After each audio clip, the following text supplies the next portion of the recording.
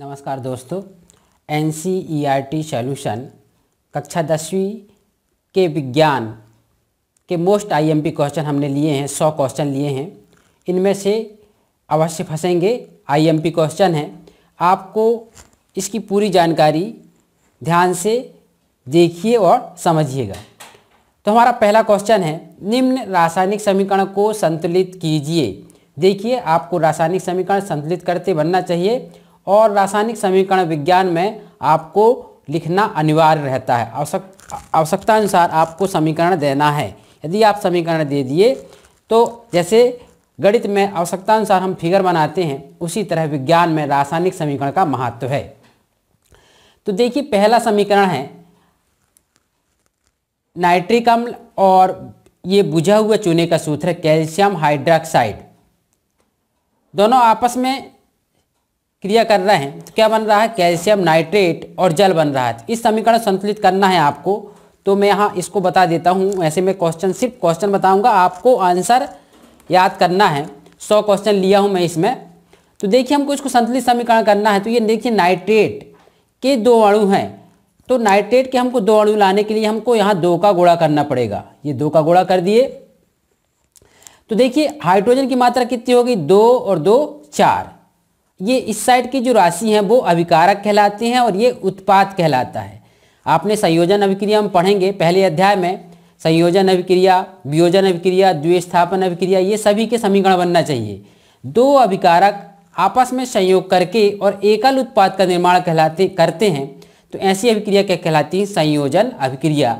और इसका समीकरण देते आपको आना चाहिए। तो 2 का गुणा कर दिए तो हाइड्रोजन कितने हो गए, 4 हो गए। तो हम यहाँ 2 का गुणा कर देंगे। ये देखिए, ये समीकरण संतुलित हो गया। तो संतुलित समीकरण ही आपको लिखना है। यदि समीकरण संतुलित नहीं है तो आपके अंक कट जाएंगे। तो किसी भी अभिक्रिया का रासायनिक समीकरण देना है तो क्या होना चाहिए, संतुलित होना चाहिए। एक क्वेश्चन है कि रासायनिक समीकरण क्या है। अब देखिए, दूसरा समीकरण है सोडियम हाइड्रोक्साइड और सल्फ्यूरिक अम्ल की क्रिया आपस में हो रही है तो सोडियम सल्फेट बन रहा है और जल के अणु बन रहे हैं। तो हमको कहाँ दिमाग लगाना है, ये देखिए सोडियम के 2 अणु हैं। तो हम क्या करेंगे, सोडियम के सामने 2 का गुणा कर देंगे। ये कर दिए तो हाइड्रोजन कितनी मात्रा हो गई, 2 और 2 4। तो हम यहाँ 2 का गुणा कर देंगे जल में, तो 2 दूनी 4। तो ये समीकरण संतुलित हो गया। इसी प्रकार सोडियम क्लोराइड और सिल्वर नाइट्रेट आपस में क्रिया कर रहे हैं तो सिल्वर क्लोराइड बन रहा है। सिल्वर क्लोराइड AgCl और सोडियम नाइट्रेट NaNO3, ये समीकरण ऑलरेडी संतुलित है। इसी प्रकार बेरियम क्लोराइड और सल्फ्यूरिक अम्ल की आपस में क्रिया हो रही है तो बेरियम सल्फेट और HCl बन रहा है। तो यहाँ HCl में 2 का गुणा कर देंगे क्योंकि हाइड्रोजन की अणु 2 हैं। देखिए, तो यहाँ 2 का गुणा कर देंगे तो ये समीकरण संतुलित हो गया, 2HCl। अब देखिए, हमारा दूसरा क्वेश्चन है, निम्न रासायनिक अभिक्रिया को समीकरण देकर समझाइए। तो आप अध्याय 1 से विज्ञान का, ये आपको ओनली अभिक्रियाएं हैं, इनका रासायनिक समीकरण ही बनना चाहिए और इनकी परिभाषा ही बनना चाहिए। तो नंबर 1 में है संयोजन अभिक्रिया। संयोजन की अभिक्रिया की परिभाषा में दे देता हूं यहाँ पे कि 2 अभिकारक आपस में संयुक्त करके या संयोग करके एकल उत्पाद का निर्माण करते हैं, ऐसी अभिक्रिया संयोजन अभिक्रिया कहलाती है। आपको संयोजन अभिक्रिया में उदाहरण देना है, मैग्नीशियम धन ऑक्सीजन बराबर मैग्नीशियम ऑक्साइड। मैग्नीशियम रिबन को वायु की उपस्थिति में हम ऑक्सीजन से क्रिया कराएंगे तो मैग्नीशियम ऑक्साइड बनेगा। ये संयोजन अभिक्रिया है। दूसरा है वियोजन अभिक्रिया। जब एकल उत्पाद आपस में वियोजित होकर और 2 उत्पाद बनाते हैं तो ऐसी अभिक्रिया को हम कहते हैं वियोजन अभिक्रिया। तो वियोजन अभिक्रिया में आप ले सकते हैं कैल्शियम कार्बोनेट, कैल्शियम ऑक्साइड और प्लस कार्बन डाइऑक्साइड में वियोजित हो जाता है। इसी प्रकार उपचयन और अपचयन अभिक्रिया की परिभाषा बनना चाहिए। इसी प्रकार द्विविस्थापन अभिक्रिया की बनना चाहिए। देखिए, उपचयन में क्या होता है, ऑक्सीजन की मात्रा बढ़ती है, वृद्धि होती है, और अपचयन में ऑक्सीजन की मात्रा की कमी होती है, मतलब ऑक्सीजन का ह्रास होता है इसमें, और इसमें ऑक्सीजन की वृद्धि होती है उपचयन में। जब दोनों अभिक्रिया एक साथ होती हैं तो ऐसी अभिक्रिया कहलाती है रेडॉक्स अभिक्रिया। तो रेडॉक्स अभिक्रिया में अपचयन और उपचयन दोनों अभिक्रिया होती हैं। द्विविस्थापन ऐसी अभिक्रिया जिसमें आयनों का आदान प्रदान होता है, जैसे बेरियम क्लोराइड है और बेरियम क्लोराइड है और सोडियम सल्फेट है, आपस में क्रिया करेंगे तो आयनों का आदान प्रदान हो जाएगा। सल्फेट आयन उसमें जुड़ जाएगा और क्लोरीन आयन उसमें जुड़ जाएगा। तो ऐसी अभिक्रिया क्या कहलाती है? द्विविस्थापन अभिक्रिया। तो ये सभी अभिक्रिया बनना चाहिए, ये अध्याय 1 तुम्हारा कंप्लीट हो जाएगा। इसमें से और बनना चाहिए ऊष्मा शोषी अभिक्रिया, ऊष्मा क्षेपी अभिक्रिया, उदाहरण सहित समझाइए, या उसमें अंतर पूछ लिया जाएगा। तो ये तीसरा क्वेश्चन है। तो देखिए ऊष्मा शोषी अभिक्रिया क्या कहलाती है? जिसमें ऊष्मा का शोषण होता है, जैसे प्रकाश संश्लेषण अभिक्रिया क्या है? ऊष्मा शोषी अभिक्रिया का उदाहरण है। सूर्य की प्रकाश की उपस्थिति में पेड़ पौधे कार्बन डाइऑक्साइड और जल ग्रहण करके सूर्य की ऊर्जा को अवशोषित करते हैं, तो ये ऊष्मा शोषी अभिक्रिया कहलाती है। इसी प्रकार ऊष्मा क्षेपी अभिक्रिया में ऊष्मा का उत्सर्जन होता है, मतलब निकलती है। जैसे हम जल में चूने पत्थर को डालेंगे, बुझा हुआ चूना का सूत्र बन जाएगा, तो पानी गर्म हो जाता है, पानी उबलने लगता है, मतलब ऊर्जा आ गई, और ऊर्जा आ गई मतलब ये ऊष्मा क्षेपी अभिक्रिया का उदाहरण है। तो आपको ये क्वेश्चन तैयार करना है, आईएमपी क्वेश्चन है यहाँ से अध्याय 1 से। अब देखिए क्वेश्चन नंबर 4, निम्न का एक एक उदाहरण सहित वर्णन कीजिए। संचारण क्या है? और दूसरा है विकृत गंधिता क्या है? तो देखिए संचारण क्या है और विकृत गंधिता क्या है, ये आपको आना चाहिए। संचारण मतलब धातु का संचारण होता है। धातु वायु की उपस्थिति में, जैसे लोहा धातु वायु की उपस्थिति में खोला छोड़ दें तो जंग लग जाता है, तो जंग से क्या होता है? लोहा नष्ट होता है, ये धातु का संचारण कहलाता है। विकृत गंधिका, ये विकृत गंधिता क्या कहलाता है?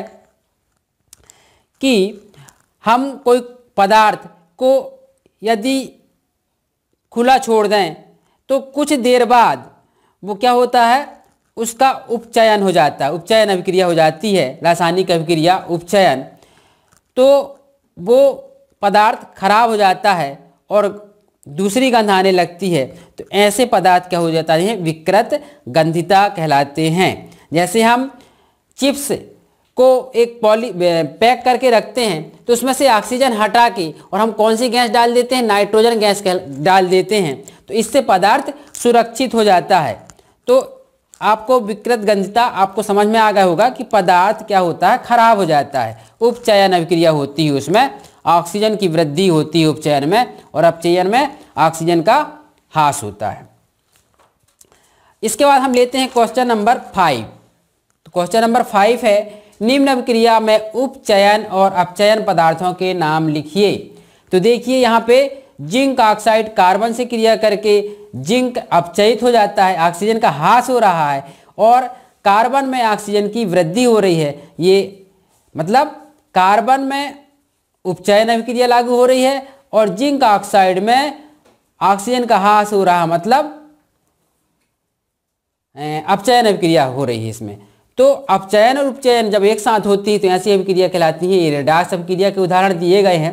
देखिए दूसरा है कॉपर ऑक्साइड में ऑक्सीजन की ह्रास हुआ, तो ये अपचयन अभिक्रिया हुई, अपचयित हो गया कॉपर, और हाइड्रोजन में ऑक्सीजन की वृद्धि हो रही है, तो ये वृद्धि हो रही मतलब उपचयन अभिक्रिया दोनों साथ साथ हो रही, तो ये रेडॉक्स अभिक्रिया कहलाएंगे। तो उपचयन और अपचयन पदार्थों के नाम लिखना है तुमको। इसमें जिंक अपचयित हो रहा है और कार्बन उपचयित हो रहा है। इसमें कॉपर अपचयित हो रहा है और हाइड्रोजन ये उपचयित हो रहा है। श्वसन, अगला क्वेश्चन नंबर 6, श्वसन को ऊष्मा क्षेपी अभिक्रिया क्यों कहते हैं? देखिए मैं इसका आंसर दे रहा हूँ। श्वसन से हम ऑक्सीजन ग्रहण करते हैं और उसका जो शरीर में हमारे खाद्य पदार्थ रहता है उसका ऑक्सीकरण होता है, ग्लूकोज का निर्माण होता है, तो इससे हमको ऊर्जा मिलती है, और ऊर्जा मिलती है मतलब ऊष्मा क्षेपी अभिक्रिया का उदाहरण है। स्वाभाविक है, जब ऊष्मा निकलती है जिससे हम पानी गर्म हो जाता है, ऐसी अभिक्रिया कहलाती है ऊष्मा क्षेपी अभिक्रिया, जिसमें ऊष्मा का उत्सर्जित होना। आपको समझ में आ गए होगा। आपको क्वेश्चन बहुत बनेंगे, आप ध्यान से देखिए वीडियो को। देखिए अगला क्वेश्चन है 4 अम्लों के नाम लिखिए। तो स्वाभाविक है आपको ये 4 नॉलेज भी आपको लेना है। मैं ऐसे क्वेश्चन लिया हूँ कि आपके नॉलेज से ही क्वेश्चन बनेंगे, विकल्प बहुत से बनेंगे इसमें से। मैं विकल्पित क्वेश्चन नहीं लिया हूँ, अगली वीडियो में दिखाऊंगा विकल्पित क्वेश्चन। तो देखिए आपको इन्हीं से विकल्प बनेंगे। इन क्वेश्चन को ढंग से समझिए। हमारा अगला क्वेश्चन है 8वां नंबर, अम्ल और क्षार में अंतर लिखिए। इसके पहले है 4 अम्लों के नाम लिखना है तुमको। तो देखिए 4 अम्लों के नाम लिखते बनना चाहिए। हम ले लिए नाइट्रिक अम्ल का सूत्र है HNO3, ये नाइट्रिक अम्ल का सूत्र है। दूसरा हम एसिटिक अम्ल ले लें तो CH3COOH, और भी ले सकते हैं फार्मिक अम्ल HCOOH, और भी ले सकते हैं HCl अम्ल, और भी ले सकते हैं H2SO4। तो आपको ये ढेर सारे अम्लों के नाम मालूम होना चाहिए। अब देखिए अम्ल और क्षार में क्या अंतर है, ये दूसरा चैप्टर है, अध्याय 2 है ये। अम्ल क्षार मालूम होना चाहिए। अम्ल और क्षार के बारे में यदि आपको नॉलेज नहीं है तो आप उसके क्वेश्चन कैसे हल करेंगे। तो देखिए अम्ल कहलाते हैं और क्षार, सोडियम हाइड्रोक्साइड क्षार है, मैग्नीशियम हाइड्रोक्साइड क्षार है, पोटेशियम हाइड्रोक्साइड क्षार है। अम्ल के नाम तो मैं तो बता दिया, यहाँ पे बहुत से अम्ल होते हैं, और क्षार के नाम भी बता दिया। देखिए अम्ल और क्षार की आपस में क्रिया होती है तो उदासीन हो जाता है। देखिए अपने शरीर स्वास्थ्य के लिए जो शरीर में अम्ल की मात्रा बनती है उसको पित्तरस बोलते हैं। जो पित्ताशय में होता है पित्तरस, अम्ल की मात्रा बढ़ जाती है तो पाचन शक्ति कमजोर हो जाती है, तो अम्ल की मात्रा शरीर में बढ़ जाती है। और अम्ल की मात्रा को दूर करने के लिए आप काय का उपयोग करना पड़ेगा, क्षार का उपयोग करना पड़ेगा। तो क्षार और अम्ल की जब क्रिया होगी तो ये रासायनिक अभिक्रिया से उदासीन हो जाएगा, तो इससे आपको रिलीफ मिलेगा। ये चीज़ आपको आनी चाहिए, अम्ल और क्षार के बारे में नॉलेज होना चाहिए। तो क्षार है सोडियम हाइड्रोक्साइड है, पोटेशियम हाइड्रोक्साइड है, ये आप मैं यहाँ थोड़ा सा लिख देता हूँ। सोडियम हाइड्रोक्साइड NaOH ये क्षार है, और KOH ये भी क्षार है। हम ले लें कैल्शियम हाइड्रोक्साइड को भी ले सकते हैं CaOH2। ये सारे सूत्र आना चाहिए आपको।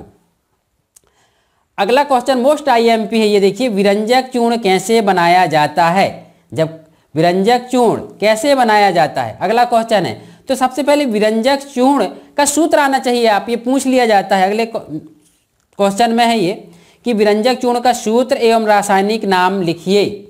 तो विरंजक चूर्ण का सूत्र बता दूं मैं, इसको बोलते हैं कैल्शियम ऑक्सीक्लोराइड, मतलब CaOCl2। ये है विरंजक चूर्ण का सूत्र, कैल्शियम ऑक्सीक्लोराइड। इसका रासायनिक नाम है कैल्शियम ऑक्सीक्लोराइड।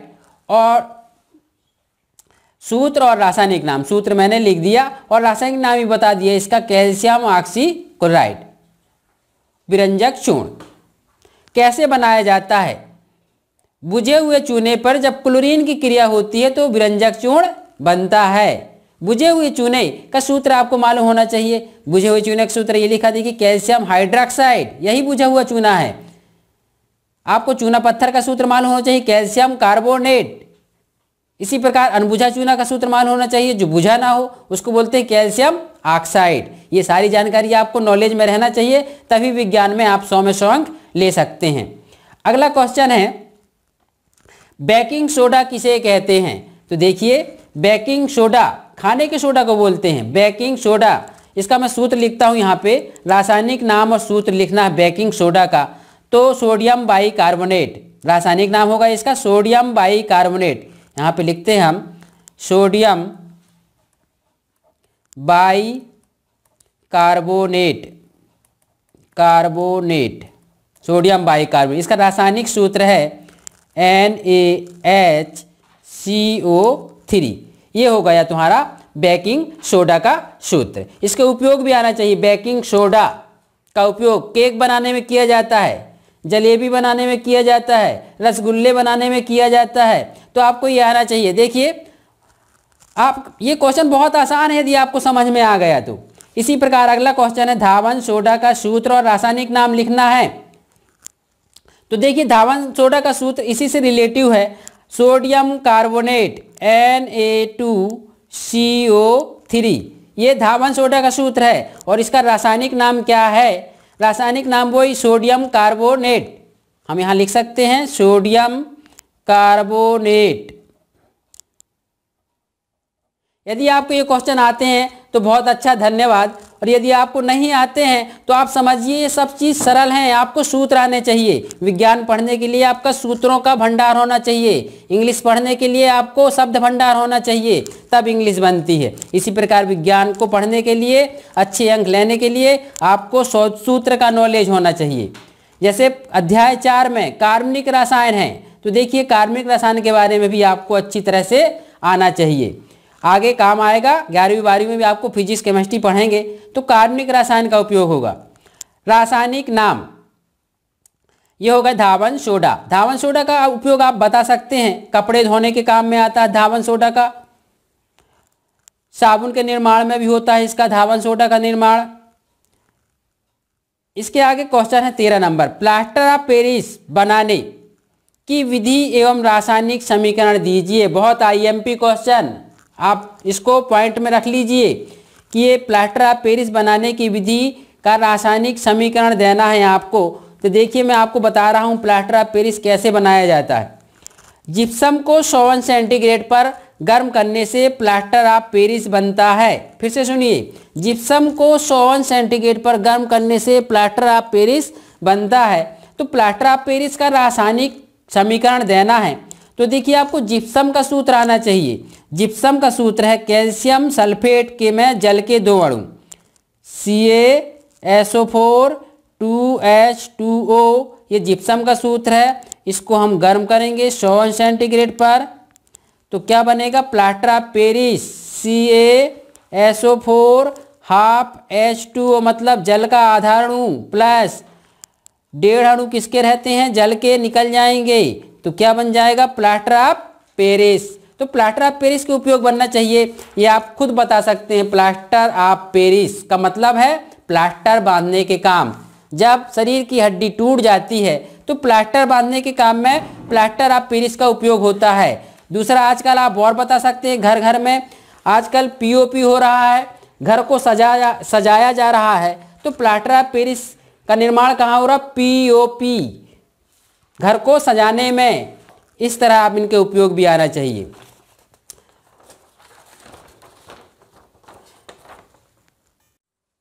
देखिए प्लास्टर ऑफ पेरिस का अगला क्वेश्चन है हमारे, प्लास्टर ऑफ पेरिस की जल के साथ क्रिया का समीकरण दीजिए। तो देखिए प्लास्टर ऑफ पेरिस की जल के साथ क्रिया करेंगे तो फिर जिप्सम बन जाएगा, ठोस पदार्थ बन जाएगा, और ठोस पदार्थ काय का बनता है, जिप्सम का बनता है। तो प्लास्टर ऑफ पेरिस का सूत्र आना चाहिए आपको, तो क्या है CaSO4 हाफ H2O मतलब आधा अणु रहता है जल का, और हम इसमें जल की क्रिया कराएंगे तो 1/2 मतलब 1.5 अणु जल की कराएंगे क्रिया, तो क्या बनता है यार, जिप्सम बन जाता है। CaSO4 कैल्शियम सल्फेट और जल के 2 अणु बन जाता है, ये बन गया कठोर ठोस पदार्थ, फिर से जिप्सम बन जाता है। तो ये आपको रासायनिक समीकरण जिप्सम का बनना चाहिए। जिप्सम को 100 सेंटीग्रेड पर गर्म करते हैं तो प्लास्टर ऑफ पेरिस बनता है, उसी का हमने उल्टा समीकरण बना दिया, तो क्या हो जाएगा, प्लास्टर ऑफ पेरिस की जल के साथ क्रिया कराए तो क्या बन गया, एक कठोर पदार्थ बनता है जिसे जिप्सम कहते हैं। जिप्सम सीमेंट में मिलाया जाता है, यदि हम सीमेंट में ना मिलाएं जिप्सम तो वह कठोर नहीं होगा। जिप्सम क्या होता है, सीमेंट को धीरे धीरे जमाने का कार्य करता है। ये पॉइंट आपको समझ में आ गया होगा। जिप्सम, ये जिप्सम है। इसके बाद अगला क्वेश्चन है धावन सोडा। देखिए मैं यहाँ पे कुछ क्वेश्चनों के आंसर बता दे रहा हूँ जो सरल हैं, क्योंकि मैं सिर्फ क्वेश्चन बस लिया हूँ इस वीडियो में, सिर्फ आपको मैं IMP क्वेश्चन याद दिला रहा हूँ कि ये क्वेश्चन परीक्षा में आएंगे, आपको तैयार करना है। वैसे बहुत से क्वेश्चन के आंसर मैं बता रहा हूँ, छोटे छोटे क्वेश्चनों का आंसर मैं दे रहा हूँ। अब देखिए अगला क्वेश्चन है धावन सोडा और बेकिंग सोडा के 2 उपयोग लिखिए। मैंने इसका आंसर दे दिया हूँ, धावन सोडा और बेकिंग सोडा मतलब खाने के सोडा, इनके उपयोग लिखना है। अगला क्वेश्चन है 16 नंबर, धातु और अधातु में अंतर लिखिए। तो धातु और अधातु में अंतर लिखना है आपको, रासायनिक गुण के अनुसार आपको अंतर लिखना है। यदि क्वेश्चन में दिया रहेगा कि उसकी चालकता और अचालकता और उसकी तन्यता, आघातवर्धनीयता, इसके बारे में आपको धातु और धातु में अंतर बताना है। धातु चमकदार होती हैं, धातु कठोर होती हैं, अधातु भंगुर होती हैं, ऐसा आप दे सकते हैं। धातु विद्युत की सुचालक होती हैं, अधातु विद्युत की कुचालक होती हैं, ऐसा आप इसमें अंतर बता सकते हैं। तैयार कर लेना ये क्वेश्चन। अगला क्वेश्चन है, सोडियम धातु को मिट्टी के तेल में क्यों रखा जाता है? सोडियम अधिक क्रियाशील धातु है, स्वतंत्र अवस्था में खुला छोड़ दें तो वायु से क्रिया करके सोडियम ऑक्साइड बन जाता है, इसलिए सोडियम धातु को मिट्टी के तेल में रखा जाता है। ये भी आईएमपी क्वेश्चन रहेगा। चाकू से आसानी से काटे जा सकने वाली धातु का नाम क्या है? सोडियम। सोडियम धातु को चाकू से काटा जा सकता है, मुलायम होती है ये। ऊष्मा की अच्छी चालक धातु के नाम बताइए। ऊष्मा की अच्छी चालक धातु का नाम है सोना और चांदी। ऊष्मा की अच्छी चालक धातु का नाम। अगला क्वेश्चन है, रणनीति धातु किसे कहते हैं? ये आईएमपी क्वेश्चन। रणनीति धातु किसे कहते हैं? टाइटेनियम। टाइटेनियम धातु को रणनीति धातु कहते हैं। यहां लिखते हैं हम टाइटेनियम। टाइटेनियम धातु को रणनीति धातु कहते हैं क्योंकि अधिक चालकता धातु है, ये सुदृढ़ है, इसलिए इसको रणनीति धातु कहते हैं। गलनांक इसका अधिक है, उच्च ताप पर ये गलती है, इसलिए इसको रणनीति धातु कहते हैं। अगला क्वेश्चन है, जिंक को आयरन सल्फेट के विलयन में डालने से क्या होता है? समीकरण दीजिए। आपको आयरन सल्फेट का सूत्र बनना चाहिए FeSO4 ये, और उसको किस में डालेंगे हम? जिंक को आपस में जिंक को डालेंगे तो जिंक का सूत्र है Zn। इसका समीकरण आप दे सकते हो। जिंक का सूत्र मालूम होना चाहिए और आयरन सल्फेट का, फेरस सल्फेट उसी को बोलते हैं FeSO4। इसी प्रकार जिंक सल्फेट की क्रिया कराएंगे तो आयरन अपचयित हो जाएगा, जिंक सल्फेट बन जाएगा और आयरन अपचयित हो जाएगा। ये सरल समीकरण है। इसी प्रकार 22 नंबर है, इलेक्ट्रॉन के स्थानांतरण के द्वारा सोडियम ऑक्साइड और मैग्नीशियम ऑक्साइड का निर्माण चित्र दर्शाना है तुमको। इलेक्ट्रॉन का स्थानांतरण मतलब सोडियम के 2 अणु हैं यहाँ पे, और ऑक्सीजन का जो परमाणु क्रमांक है वो 8 होता है। तो अष्टक बनाने के लिए पहली कक्षा में 2 इलेक्ट्रॉन, दूसरी कक्षा में 6 इलेक्ट्रॉन रहेंगे। तो इसकी अष्टक पूर्ण करने के लिए, पहली कक्षा में 2, दूसरी में 6, अष्टक पूर्ण करने के लिए ये क्या करेगा? सोडियम ऑक्सीजन की अष्टक पूर्ण करने के लिए सोडियम से 1 इलेक्ट्रॉन और दूसरे सोडियम के अणु से दूसरा इलेक्ट्रॉन ग्रहण करके और ये ऑक्सीजन का अष्टक पूर्ण हो जाएगा। तो आपको ये चित्र बनाते दोनों का आना चाहिए। मैग्नीशियम ऑक्साइड, मैग्नीशियम का 12 होता, पहली कक्षा में 2 रहेंगे, दूसरी कक्षा में 8, 10 और 2 12, तो 2 इलेक्ट्रॉन हटाएंगे इसमें से, अष्टक में से, और ऑक्सीजन ग्रहण कर लेंगे तो बन जाएगा मैग्नीशियम ऑक्साइड। अगला क्वेश्चन है, मिश्र धातु किसे कहते हैं? 2 या 2 से अधिक धातु या धातु के समांगी मिश्रण को मिलाने से मिश्र धातु बनती है। फिर से सुनिए, 2 या 2 से अधिक धातु या अधातु के समांगी मिश्रण को मिलाने से जो धातु बनती है उसे मिश्र धातु कहते हैं। जैसे मिश्र धातु का नाम ले सकते हैं अपन। मिश्र धातु, सोना भी मिश्र धातु बन जाती है। क्यों? क्योंकि 24 कैरेट का सोना पिघला हुआ रहता है, उसके आभूषण नहीं बनेंगे, उसमें चांदी और मिलाया जाता है तो उसको मिश्रित करके मिश्र धातु बनाया जाता है। 22 कैरेट का ये जेवर बनते हैं, 22 कैरेट का शुद्ध सोना होता है 24 कैरेट, तो वो पिघली हुई अवस्था में रहता है, मुलायम रहता है बहुत, तो उससे आभूषण नहीं बनेंगे, उसमें थोड़ा सा मिश्रण करना पड़ता है, मिश्र धातु बनाना पड़ता है, तभी उससे जेवर बनेंगे। तो इसी प्रकार मिश्र धातु बहुत से हैं, सोना है, चांदी है, स्टेनलेस स्टील है, तांबा है, कांसा है, एल्यूमिनियम है, सभी मिश्र धातु, और सभी के मिश्र धातु के नाम और उनके अवयवी तत्व मालूम होना चाहिए आपको। तो ये कौन सा क्वेश्चन नंबर? 23वां क्वेश्चन नंबर हो गया। इसके बाद हमने 24 क्वेश्चन नंबर रखा है। समजाति श्रेणी क्या है? उदाहरण के साथ समझाइए। इसी को सजाती श्रेणी बोलते हैं, समजाति को। तो सजाती श्रेणी का सामान्य सूत्र, एल्केन और एल्केन के बारे में मालूम होना चाहिए। तो आपको क्या बनना चाहिए, कार्बन के चैप्टर से है हाइड्रोकार्बन किसे कहते हैं, ये लिखा है हाइड्रोकार्बन किसे कहते हैं, सामान्य सूत्र लिखिए। तो हाइड्रोकार्बन हाइड्रोजन और कार्बन से मिलकर बने यौगिक को क्या बोलते हैं, हाइड्रोकार्बन। हाइड्रोकार्बन का सामान्य सूत्र आपको, हाइड्रोकार्बन दो प्रकार के होते हैं, संतृप्त हाइड्रोकार्बन और असंतृप्त हाइड्रोकार्बन।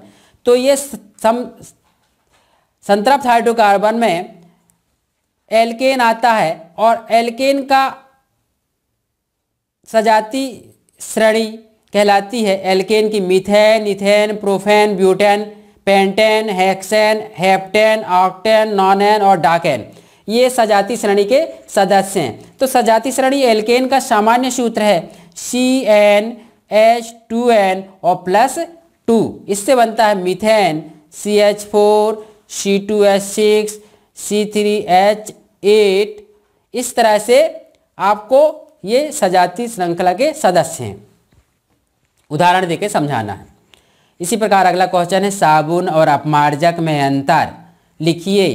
तो आपको साबुन और अपमार्जक के बारे में मालूम होना चाहिए। साबुन कठोर जल में झाग नहीं देता, लेकिन अपमार्जक कठोर जल में झाग दे देता है। साबुन कठोर जल में कपड़े साफ नहीं कर सकता, लेकिन अपमार्जक कठोर जल में कपड़े साफ कर देता है। साबुन जो होता है वो कठोर जल में झाग उत्पन्न नहीं होती, लेकिन अपमार्जक में कठोर जल में झाग उत्पन्न हो जाती है। तो ऐसे अंतर आपको लिखना है, साबुन और अपमार्जक में अंतर। इसी का एक क्वेश्चन और है कि साबुनीकरण क्रिया क्या कहलाती है। अगला क्वेश्चन है हाइड्रोकार्बन किसे कहते हैं, सामान्य सूत्र लिखिए। इन्हें मैं बता दिया हूँ, हाइड्रोजन और कार्बन से मिलकर बने यौगिक को हाइड्रोकार्बन कहते हैं। IUPAC नाम एवं का पूरा नाम एवं निम्न के IUPAC नाम लिखना है। तो देखिए मैं बता दूं, IUPAC नाम क्या है, international union pure apply chemistry. फिर से सुनिए, international union pure apply chemistry, इसका पूरा नाम जैसे देखना हमको लिखना है, ये लिखा है मैथिल एल्कोहल। इसका IUPAC नाम लिखना है तो क्या हो जाएगा, मीथेन से जाएगा। इसका नाम एक कार्बन है तो मीथेन पे नाम जाएगा, तो क्या हो जाएगा इसका, मीथेन से मैथेनाल। इसका IUPAC नाम क्या हो जाएगा, मैथेनाल। इसका IUPAC नाम क्या हो जाएगा, इथेन से एथेनाल।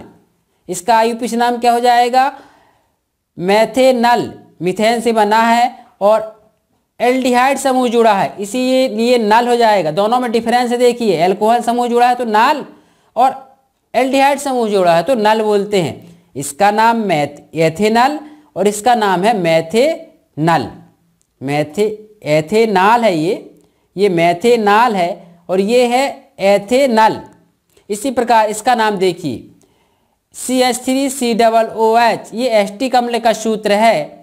इसका हो जाएगा कार्बोक्सिलिक अम्ल, मैथेनोइक अम्ल हो जाएगा। क्या हो जाएगा, मैथेनोइक अम्ल। मीथेन से बना ना, तो मैथेनोइक अम्ल। ये IUPAC नाम आपको आना चाहिए और इनके संरचना सूत्र भी बनना चाहिए। इलेक्ट्रॉन बिंदु संरचना बनाइए। तो इलेक्ट्रॉन बिंदु संरचना किसके बनाना है, एथेनोइक अम्ल और प्रोपेनॉन। प्रोपेनॉन कीटो समूह जोड़ा रहता है तो नॉन लिखा रहता है, प्रोपेनॉन। इसी प्रकार एथेन का आणविक सूत्र C2H6 है। इसमें कितने सहसंयोजक बंध हैं, तो इथेन में 7 सहसंयोजक, विकल्पित क्वेश्चन लिख दिया हूं यहाँ पे, इसके 7 बनेंगे, 7 सहसंयोजक बंध बनेंगे। एल्केन, एल्काइन और एल्कीन के सामान्य सूत्र लिखिए। तो मैं एल्केन का सामान्य सूत्र बता चुका हूँ, CnH2n+2।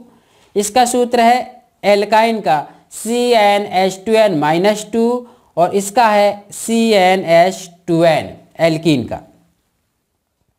निम्न के संरचना सूत्र लिखिए, एथेनोइक अम्ल, ब्रोमेपेंटेन, ब्यूटेनॉन और हेक्सेनल, इसके सबके संरचना सूत्र लिखना है।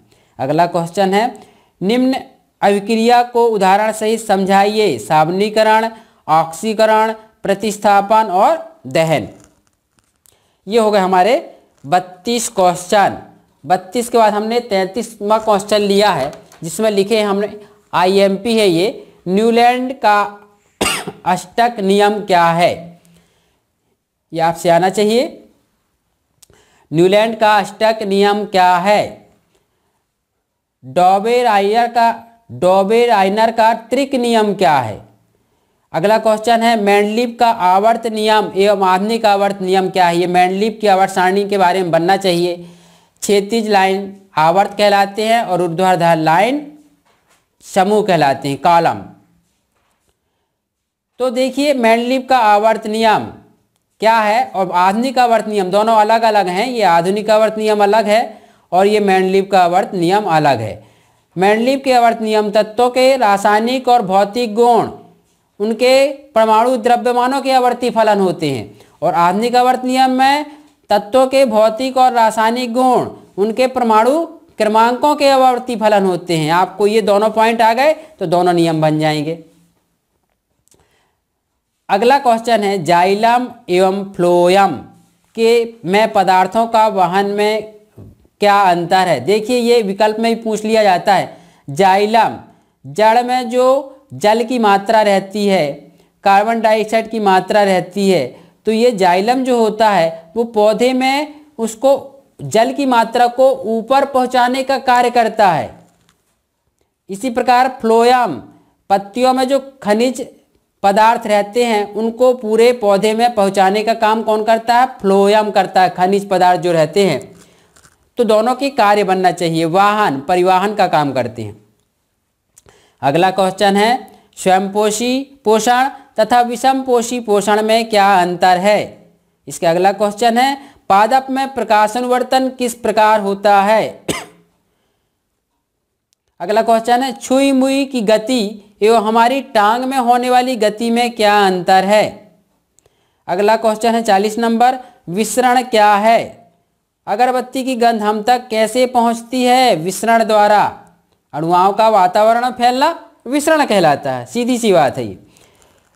इसी प्रकार अगला क्वेश्चन है द्विखंडन बहुखंडन से किस प्रकार भिन्न है? ये हमारे क्वेश्चन हो गए 41वां क्वेश्चन। इसके बाद है 42वां क्वेश्चन हमने लिया है DNA की प्रतिकृति बनाना जनन के लिए क्यों आवश्यक है? इसके बाद अगला क्वेश्चन है मानव में वृषण के क्या कार्य हैं? इसके बाद अगला क्वेश्चन है वे कौन से कारक हैं जो नई स्पीसीज के उद्भव में सहायक हैं? समजात एवं समरूप अंगों को उदाहरण देकर समझाइए।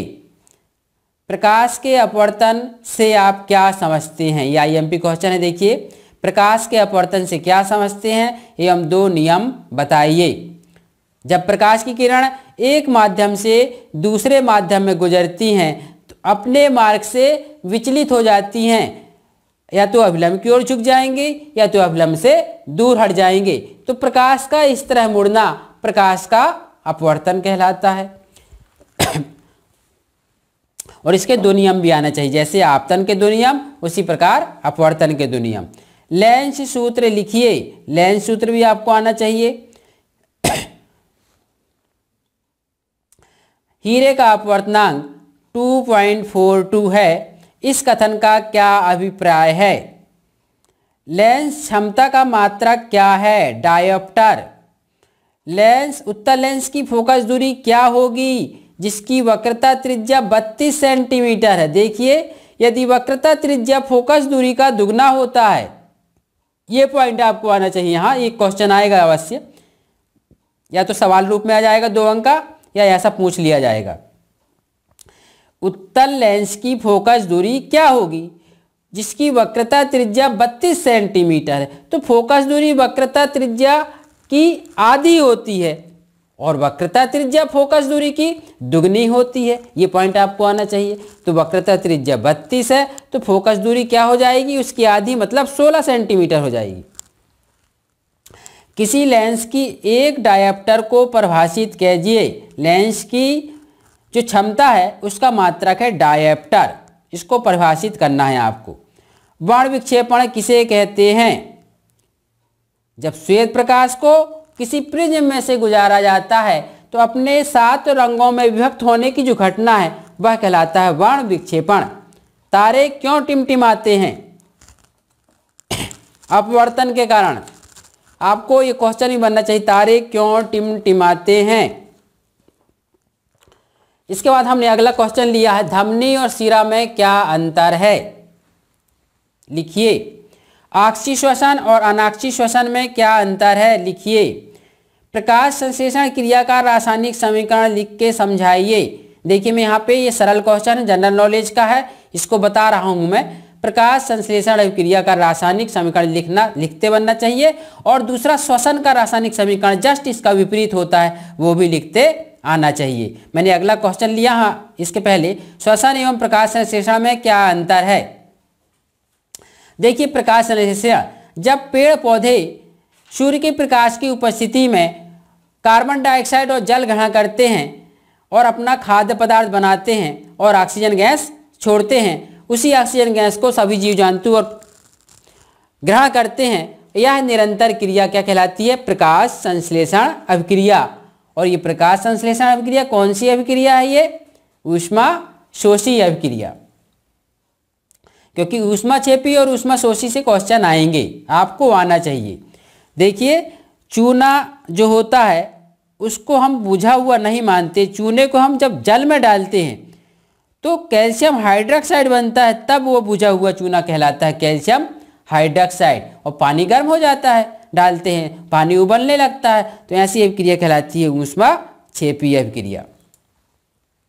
अगला क्वेश्चन है, श्वसन और प्रकाश संश्लेषण में अंतर स्पष्ट कीजिए। इसके अगला क्वेश्चन है, पादप में प्रकाश अनुवर्तन को समझाइए। पादप मतलब पेड़ पौधे में आपको प्रकाश अनुवर्तन को समझाना है। निम्न हार्मोन के कार्य लिखिए। इंसुलिन, वृद्धि हार्मोन, थायरॉक्सिन और एस्ट्रोजेन। इसी प्रकार पादप हार्मोन के प्रकार एवं कार्य लिखिए। पुष्प के अनुप्रस्थ अनुदैर्घ्य काट का नामांकित चित्र बनाइए। स्वपरागण और पर परागण या अलैंगिक और लैंगिक में अंतर, ये दो अंतर, दो में से कोई भी आ सकता है। मनुष्य की कोशिका में गुणसूत्र कितने जोड़े पाए जाते हैं? तो ये पॉइंट विकल्पित है, ये 23 जोड़े। कितना आता है? 23 जोड़े। यदि गुणसूत्र पूछा है तो 46 हो जाएगा, जोड़े में पूछा है तो आप 23 जोड़ी बताइए। तो ऑप्शन के अनुसार आपको आंसर बताना है। अगला क्वेश्चन है, आनुवांशिकी से क्या समझते हो? इसके जनक का नाम है क्रेगर जॉन मेंडल। इसके बाद 65, स्पष्ट दृष्टि की न्यूनतम दूरी क्या है? स्वस्थ मनुष्य की स्पष्ट दृष्टि की न्यूनतम दूरी क्या होती है? विकल्पित क्वेश्चन लिए हम यहाँ पे, ये आता है 25 सेंटीमीटर। स्वस्थ मनुष्य की स्पष्ट दृष्टि की न्यूनतम दूरी क्या होती है? 25 सेंटीमीटर। अगला क्वेश्चन है, निकट दृष्टि दोष दूर करने में कौन सा लेंस उपयोग करते हैं? तो देखिए निकट दोष दूर करने के लिए कौन सा लेंस उपयोग करते हैं? अवतल लेंस आ जाएगा यहाँ पे, अवतल IMP। दूर दृष्टि दोष के लिए दूर करने के लिए कौन सा लेंस का उपयोग करते हैं? तो यहाँ जाएगा उत्तल। लेकिन इसके साथ साथ आपको ये आना चाहिए कि निकट दृष्टि दोष और दूर दृष्टि दोष क्या है, समझाइए। इनको दूर करने के लिए सचित्र वर्णन कीजिए। आपको इसके चित्र भी आना चाहिए। मोस्ट IMP क्वेश्चन है ये, मोस्ट IMP आएगा ही आएगा ये। अगला क्वेश्चन है, वर्ण विक्षेपण का नामांकित चित्र बनाइए। इसका वर्ण विक्षेपण का नामांकित चित्र बनाना है।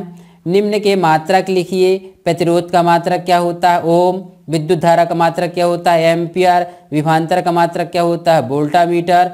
और विद्युत विभव का मात्रक होता है वोल्ट। ओम का नियम निम्न बिंदु पर दीजिए। सिद्धांत, विद्युत आलेख, प्रेक्षण तालिका और सावधानियां, और निष्कर्ष भी लिख देना चाहिए। अगला क्वेश्चन है, देखिए मैं ओम का नियम आपसे आना चाहिए। जब किसी बंद परिपथ में विद्युत धारा प्रवाहित की जाती है तो सिरे पर उत्पन्न विभवांतर और धारा का अनुपात एक स्थिरांक होते हैं, इसे हम ओम का नियम कहते हैं। ये आपको आना चाहिए, ओम का नियम। और इसका चित्र भी आना चाहिए, विद्युत आलेख। अगला क्वेश्चन है, किसी चालक का प्रतिरोध किन किन कारकों पर निर्भर करता है। अगला क्वेश्चन है, तीन प्रतिरोधकों को श्रेणी क्रम में या समानांतर क्रम में जोड़ने पर कुल प्रतिरोध की गणना कीजिए। कुल प्रतिरोध की आपको गणना करना है। कुल प्रतिरोध की गणना कीजिए, ये आना चाहिए आईएमपी। समानांतर क्रम और श्रेणी क्रम का जो व्यंजक है, जैसे R = R1 + R2 + R3 और 1/R1 बराबर 1/R1 1/R equal 1/R1 + 1/R2 + 1/R3। ये कुल प्रतिरोध की गणना के व्यंजक हो गए। जूल का तापन नियम क्या है। अगला क्वेश्चन है, विद्युत धारा का ऊष्मीय प्रभाव को समझाइए। 176 ओम प्रतिरोध के कितने प्रतिरोधकों को पार्श्व क्रम में संयोजित करें कि 220 वोल्ट के विद्युत स्रोत के संयोजन से 5 एम्पीयर विद्युत धारा प्रवाहित हो। ये क्वेश्चन है, सवाल है, ये आपको आना चाहिए। इनमें से अधिक ऊर्जा उपमुक्त होगी, मतलब इनमें से किसमें अधिक ऊर्जा मुक्त होगी, ये क्वेश्चन पूछा है। देखिए मैं आपको बता दूं, 250 वाट टीवी सेट जो 1 घंटे तक चलाया जाता है, 250 वाट की टीवी सेट जो 1 घंटे में चलाया जाता है, उसमें अधिक ऊर्जा मुक्त होगी कि 120 वाट का विद्युत हीटर जो 10 मिनट चलाया जा सकता है, किसमें अधिक विद्युत मुक्त होगी, ऊर्जा मुक्त किसमें अधिक होगी। तो हम आपको बता दें कि ये टीवी सेट जो 1 घंटे तक चलाया जा रहा है, इसमें अधिक विद्युत ऊर्जा मुक्त होगी। तो ये क्वेश्चन आप देख सकते हैं। 2000 वाट टीवी सेट 1 घंटे मतलब का गुणा करना है, तो इतना ही आएगा तुम्हारा, इतना वाट घंटा। इसी प्रकार 120 में 20 मिनट का हम घंटा बनाएंगे तो 1/6 बनेगा, क्योंकि 10/60 लिखेंगे, 1/6 का गुणा कर देंगे 120 में, 6 दूनी 12 मतलब 20 वाट आएगा। तो इसका कम आएगा, इसमें ऊर्जा कम आएगी, इसमें ज़्यादा ऊर्जा मुक्त होगी। टीवी सेट चलाने 1 घंटा तक चलाएंगे तो उसमें ज़्यादा ऊर्जा मुक्त होगी। 250 वाट घंटा आएगा इसमें, और इसमें आएगा 20 वाट घंटा, तो ये 250 अधिक है। अगला क्वेश्चन, विद्युत धारा को उत्पन्न करने की युक्ति को कहते हैं। ये वैकल्पिक क्वेश्चन है। विद्युत धारा की उत्पन्न करने की युक्ति को कहते हैं। विद्युत धारा उत्पन्न करेंगे हम तो इसको बोलेंगे जनित्र। क्या बोलते हैं? जनित्र, जिसको बोलते हैं जनरेटर से हम विद्युत धारा प्रवाहित कर लेते हैं, विद्युत धारा उत्पन्न कर लेते हैं। इसी प्रकार विद्युत ऊर्जा को यांत्रिक ऊर्जा में बदलने की युक्ति को क्या कहते हैं? विद्युत मोटर बोलेंगे। क्यों? क्योंकि हम विद्युत ऊर्जा को यांत्रिक ऊर्जा, कुछ कार्य कर रहा है, जैसे हम विद्युत से पंखा चलाने लगे हैं, विद्युत से कुछ भी चला सकते हैं, तो ये यांत्रिक ऊर्जा कहलाती है। विद्युत ऊर्जा यांत्रिक ऊर्जा में बदलने वाली युक्ति को क्या बोलते हैं? विद्युत मोटर। यहाँ आ जाएगा मोटर। इसी प्रकार घरेलू विद्युत परिपथ में कौन सी धारा होती है? ये आपसे बनना चाहिए। एसी धारा होती है, प्रत्यावर्ती धारा, उसी को बोलते हैं प्रत्यावर्ती धारा। और दूसरी धारा क्या कहलाती है? दिष्ट धारा। तो प्रत्यावर्ती धारा होगी विद्युत परिपथ में। घरेलू विद्युत परिपथ का चित्र भी बनना चाहिए आपको, नामांकित चित्र। ये क्वेश्चन हो गया हमारा 80। अब अगला क्वेश्चन हम लेंगे 81। 81वां क्वेश्चन है, विद्युत चुंबकीय प्रेरण से क्या समझते हो? IMP question. घरेलू विद्युत परिपथ का नामांकित चित्र बनाइए। आईएमपी क्वेश्चन, फ्लेमिंग का बाएं हाथ का नियम क्या है? फ्लेमिंग का दाएं हाथ का नियम क्या है? ये आईएमपी क्वेश्चन है, छोटे छोटे क्वेश्चन। इसके बाद हम 85 नंबर क्वेश्चन में लिए हैं। ये 5 अंक का क्वेश्चन है। देखिए, विद्युत मोटर को निम्न शीर्षकों में समझाइए। सिद्धांत, कार्यविधि, नामांकित चित्र और विभक्त वलय का महत्व। ये आईएमपी क्वेश्चन मोस्ट बड़े अंक में आपसे आना चाहिए। इसी प्रकार इसके अथवा में क्या आ सकता है? विद्युत जनित्र का नामांक निम्न शीर्षक में समझाइए। सिद्धांत एवं कार्यविधि, नामांकित चित्र, बुशों के कार्य। ये विद्युत जनित्र के बारे में होगा। तो दो में से एक कोई भी आएगा, विद्युत मोटर या विद्युत जनित्र। मैं यहाँ अंडरलाइन कर देता हूँ, विद्युत मोटर और विद्युत जनित्र। ये दोनों क्वेश्चन आईएमपी 5 अंक के क्वेश्चन है, जरूर तैयार करना है। देखिए अगला क्वेश्चन, जीवाश्म ईंधन किसे कहते हैं? आपको जीवाश्म ईंधन के बारे में बनना चाहिए। तो जीवाश्म ईंधन, जीवों से प्राप्त ईंधन को जीवाश्म ईंधन कहते हैं। एक वाक्य में उत्तर दीजिए, ये हो गया। लेकिन बड़ा अंक है, 4 अंक का आएगा। तो आपको कैसा लिखना है, समुद्र किनारे बहुत से जीव जंतु और पेड़ पौधे गिर जाते हैं और मर जाते हैं और उनके ऊपर समुद्री लहर से परत की परत बाई मिट्टी कपन चढ़ती जाती है और वो नीचे धंस जाते हैं। फिर उनका कार्बनीकरण होता है जिससे पेट्रोलियम पदार्थ होता है और पेट्रोलियम पदार्थ को उनके पेट्रोलियम के प्रभाजी आसवन के द्वारा ईंधन प्राप्त किया जाता है, जिसमें डीजल, पेट्रोल, स्नेहक तेल, केरोसिन आदि ये प्राप्त किए जाते हैं। ये कहलाते हैं जीवाश्म ईंधन। तो ईंधन के बारे में लिख सकते हैं आप, नवीनीकरण ऊर्जा स्रोत। नवीकरणीय ऊर्जा स्रोत क्या है, ये भी आना चाहिए आपको। सूर्य ऊर्जा, पवन ऊर्जा ये कहलाते हैं। इसके कौन सा क्वेश्चन हो गया, 88 नंबर क्वेश्चन। इसके बाद हम लेंगे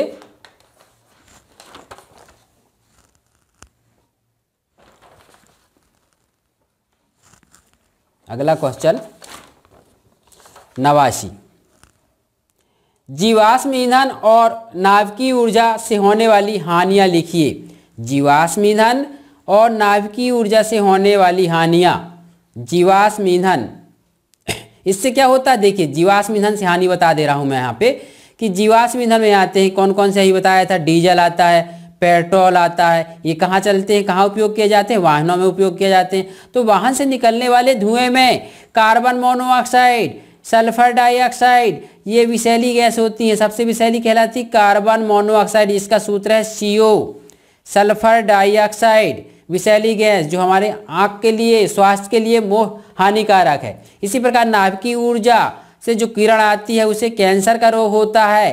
कैंसर का रोग जो होता है वो अवरक्त प्रकाश की किरण से भी होता है, नहीं अवरक्त प्रकाश की किरण नहीं, परावैंगनी किरण से होता है। जो ओजोन परत पे छिद्र हो गया है तो कुछ मात्रा में ओजोन परावैंगनी किरणें की मात्रा आती है जिससे कैंसर का रोग होता है। तो आपको ओजोन परत का महत्व भी बनना चाहिए। आपको बनना चाहिए ये सही जोड़ी बनना चाहिए जिसमें हरे पौधे दिया है। तो हरे पौधे किस में आ जाएगा, ये उत्पादक में आ जाएगा। पहला नंबर 1 उत्पादक। दूसरा है टिड्डे, टिड्डे किस में आता है, शाकाहारी है, दूसरा का आंसर हो गया। तीसरा है क्या, मेंढक, मेंढक क्या है, ये मांसाहारी, तीसरा आ गया। सर्प क्या है, ये सर्प में आएगा उच्च मांसाहारी ये, और चील में आएगा ये सर्वोच्च मांसाहारी, ये 5वां नंबर में आ जाएगा और ये नंबर 4 में आ जाएगा। तो ये आंसर आपको आना चाहिए। फिर से देखिए, हरे पौधा किस में आ जाएगा, ये उत्पादक में आ जाएगा। टिड्डे किस में आ जाएगा, ये शाकाहारी आ जाएगा। मेंढक किस में आ जाएगा, इसमें मांसाहारी में आ जाएगा। सर्प किस में आ जाएगा, ये उच्च मांसाहारी में आ जाएगा। चील किस में आ जाएगा, ये सर्वोच्च मांसाहारी में आ जाएगा। अगला क्वेश्चन, पारिस्थितिकी तंत्र क्या है, मुख्य घटक कौन कौन से हैं। अगला क्वेश्चन, ग्रीन हाउस प्रभाव क्या है, गैसें कौन कौन सी हैं। तो ये ग्रीन हाउस प्रभाव क्या है ये आना चाहिए और इससे बनता है ग्लोबल वार्मिंग क्या है। अम्लीय वर्षा क्या है, जनरल नॉलेज के क्वेश्चन है, इसमें से विकल्पित क्वेश्चन आएंगे तो आपको ये आना चाहिए। विकल्पित क्वेश्चन, ग्लोबल वार्मिंग, अम्लीय वर्षा। अगला क्वेश्चन है खाद्य जाल और खाद्य जाल में, खाद्य श्रृंखला में अंतर लिखिए।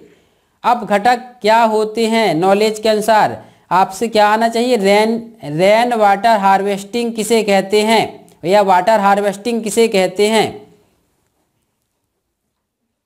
आपको आना चाहिए, ये सही जोड़ी लिखा हूं मैं। ये अम्लों कौन कौन सी में क्या अम्ल होते हैं या आपको बनना चाहिए। जैसे टमाटर लिया हूं मैं, लैक्टिक अम्ल, एसिटिक अम्ल, साइट्रिक अम्ल और ऑक्जेलिक अम्ल। तो देखिए लैक्टिक अम्ल दही में होता है, एसिटिक अम्ल सिरका में पाया जाता है। एक सिरका क्या है आ जाता है, तो एसिटिक अम्ल का शुद्ध रूप है सिरका। इसी प्रकार साइट्रिक अम्ल नींबू में होता है और ऑक्जेलिक अम्ल किस में होगा, टमाटर में होगा। तो ये नंबर 4 हो गया ऑक्जेलिक अम्ल, नंबर 3 होगा साइट्रिक अम्ल, नंबर सिरका नंबर 2 आ जाएगा इसमें, और नंबर 1 आएगा दही लैक्टिक अम्ल। ये आपसे आना चाहिए। विकल्पित क्वेश्चन है ये क्वेश्चन मैंने नहीं लिया था, नीचे लिख दिया हूँ। ये आगे के हैं धातु अधातु से। निस्तापन क्या है, भर्जन क्या है, तन्यता क्या है, धातु से तार खींची जाती है जिसे तन्यता कहते हैं। आघात वर्धनीयता क्या है, तो ये कहलाता है धातु को पीटकर चादर बनाई जाती है, वो आघात वर्धनीयता कहलाती है। निम्न के समीकरण दीजिए। 100 नंबर क्वेश्चन में हमने पहले के क्वेश्चन लिए हैं, कुछ छूट गए थे। तो ये है दानेदार जिंक की सल्फ्यूरिक अम्ल के साथ क्रिया का समीकरण बनना चाहिए। हाइड्रोक्लोरिक अम्ल HCl कहलाता है, मैग्नीशियम पट्टी के साथ क्रिया बनना चाहिए। HCl की लोह चूर्ण के साथ क्रिया का समीकरण बनना चाहिए। इतने क्वेश्चन हैं जो आपको आना चाहिए, और भी इनके अलावा आप अपनी तरह से तैयारी कर सकते हैं। ये IMP क्वेश्चन है, और ये क्वेश्चन आपको तैयार हो गए मतलब अच्छे अंक से पास हो सकते हो। धन्यवाद।